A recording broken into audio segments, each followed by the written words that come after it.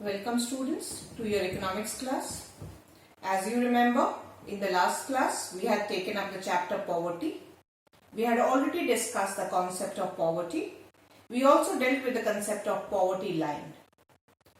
If you remember that there were various techniques to measure poverty in terms of poverty line to assess the number of people poor in the country.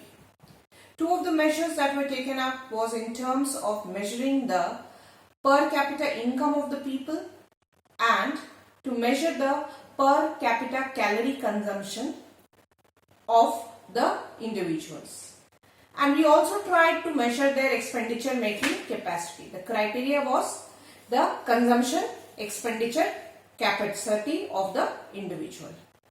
But the concept of poverty line, I should mention here that it also has certain limitations.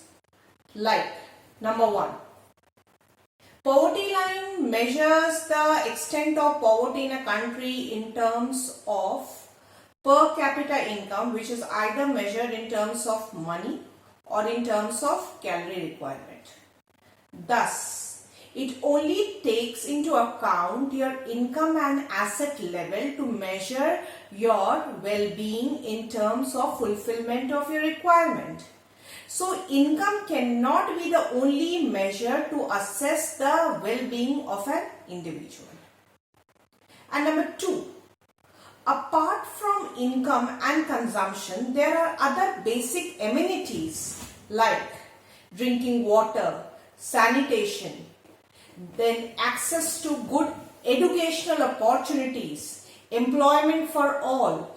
If these facilities are not available to a person, in that case, he may be regarded as vulnerable and poor.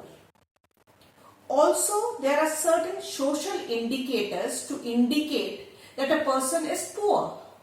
For example, the poverty of the person can be also estimated or can be experienced in terms of various factors like caste discrimination, social exclusion, where people don't have equal opportunities for growth, and there is a greater possibility of an individual to become more vulnerable with time and becoming incapable to fulfill his basic needs and requirement when adversities are faced.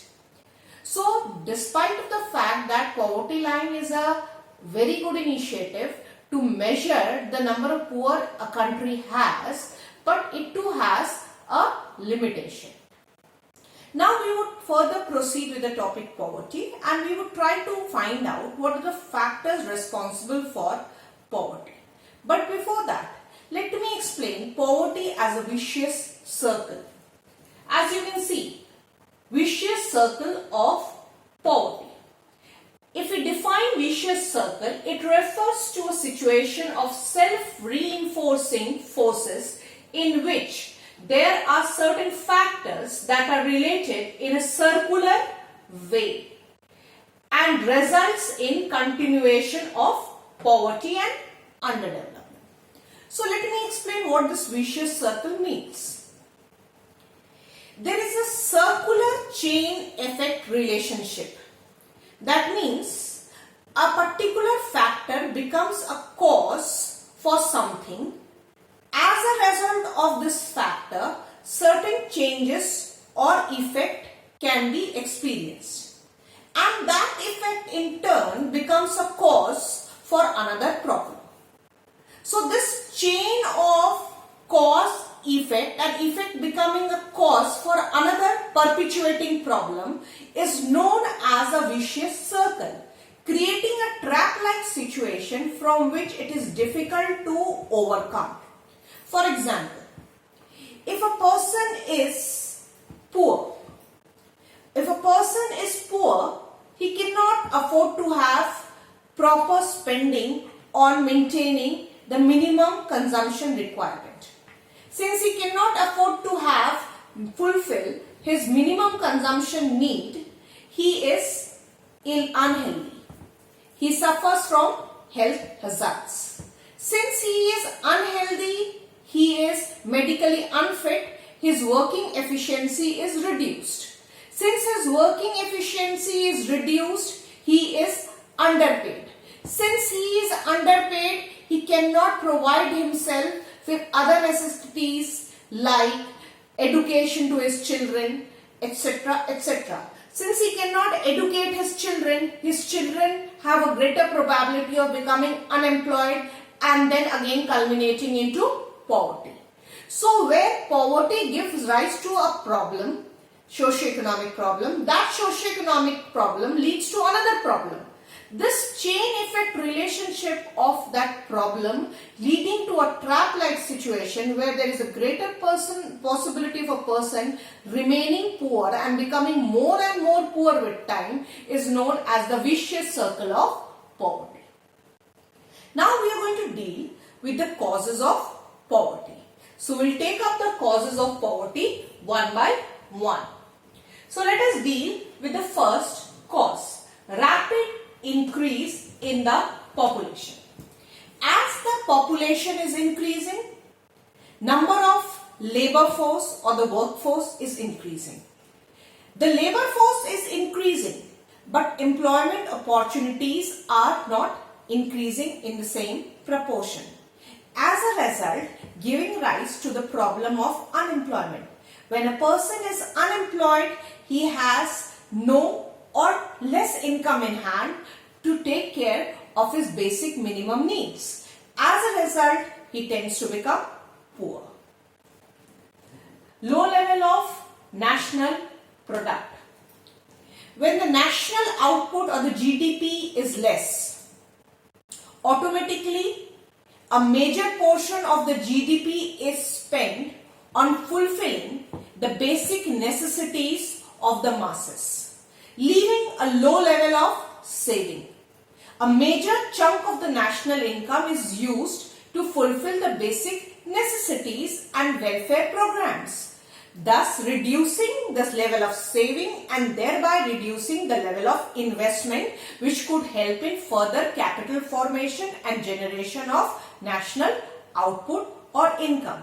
And the national output becomes low, obviously the per capita income also becomes low, leaving less income in the hands of the people to fulfill their needs and requirement. Rise in the prices. As the prices of the goods and commodities tend to rise due to inflation, making it unaffordable for the people. Since the income of the people are not rising and the prices of the goods are rising, the goods become unaffordable. People are not able to buy these goods to fulfill their needs and requirement, thus pushing them into poverty and making their life more vulnerable, full of deprivation. Unemployment. When a person is unemployed, we know that there is a strong connection between unemployment and poverty. When a person is unemployed, obviously his income is reduced. When his income is reduced, his spending ability is curbed. When he can spend less, he has less resources to fulfill his needs, as such that he cannot provide himself with proper healthcare facilities, proper food. He tends to suffer from malnutrition. He cannot afford to send his children to good schools and colleges. He cannot afford to manage any calamity, any adversity that comes on the family, and thus making his life more full of scarcities and deprivation, making him prone to problems like hunger, starvation, and making him poor.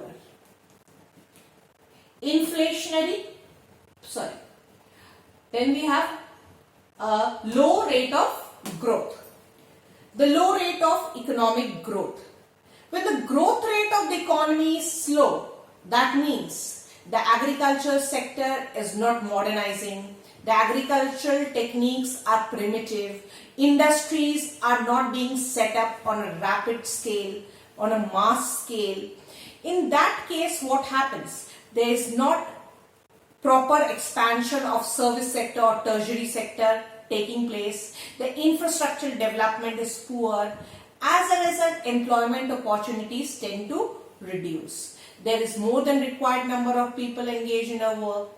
and the per capita income is reduced. Per capita income is reduced, spending and income standard, consumption standard gets affected, making a person more poor. Then capital deficiency.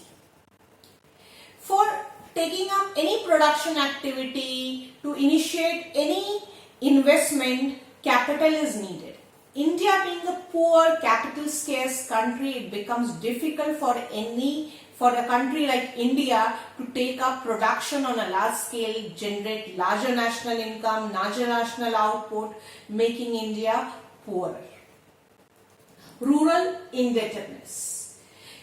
In the rural areas, most of our farmers are small farmers, peasants, sharecroppers. They lack enough resources to practice cultivation and agriculture, adopt modern techniques. As a result, in order to carry out agricultural activities, many a times they have to go for debt. And this inability to repay off the debt which they have taken leads them to a situation of a debt trap, where it becomes difficult for them to repay off the debt along with the interest, and pushing them into a situation where they become more vulnerable and worse off than before, thus creating the problem of rural indebtedness and making them poorer and poorer with time under the burden of taking debt and interest payment. Exploitation under the British rule. 300 years of British colonial rule also has drained away all our resources and left us with a situation where we had to start up from the very beginning to rebuild our economy, fulfill our basic necessities first, make our economy self-dependent, self-reliant, and then proceed towards enhancing our potential and productivity. This has been another factor draining our resources and wealth, making India poorer. The British rule, the British colonial rule. Low level of education. Most of the educational institutions in India are providing formal education. They do not provide vocational or technical educations which can help the people to secure their jobs and help them to provide their livelihood. Then we have the next one. I already discussed that rising prices has been a factor causing poverty, and this rising prices, when it becomes a continuous trend, it leads to a pressure, and that is known as a inflationary pressure, making it all the more difficult for an economy to overcome the rising prices by increasing the output, because the demand goes on increasing and not backed up by enough of supply. As a result, the price of the existing commodities which are scarce in amount tends to rises, and it becomes out of the reach of the common man and makes him deprived of those goods. High level of migration from rural areas. Large number of people are migrating to the urban centers, in towns and cities in search of job opportunities. Enough job opportunities in the non-farming sector is not being created. This has also created the problem of rural poverty. Failure to implement land reform measure. Land reform measure had an important objective to bring about equitable distribution of asset and wealth and uplifting the poor farmers and the tenants who were the actual cultivators. But the land reform measures could have been implemented on a very serious note, on a larger scale, on an effective level, so that the economic equality could have been restored and the gap between the haves and the have-nots could have been merged. So these factors has culminated into the problem of poverty, and poverty has turned out to become a serious economic issue. Now your homework is to make systematic notes related to the various factors responsible for causing poverty. In the next class when I join you, I will deal with the different measures to overcome or combat poverty. Please take care of yourself. Stay home, stay safe. Thank you.